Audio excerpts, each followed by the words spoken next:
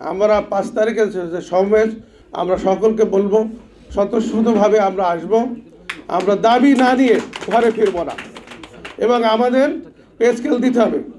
আমাদের যে মর্গ ভাতা দেওয়ার কথা সেই সেখানেও আমাদের ফাঁকিজুই করেছে, আমাদের বিশেষ প্রণোদনা দিচ্ছে। আমরা তো 5% আগে পেতাম, সেখানে আর 5% যোগ হয়েছে, কত 10% হয়, কিন্তু আসলে বলা হয়েছে 10% এবং 15%, আসলে 15% হয় নাই, 10% আর 5%।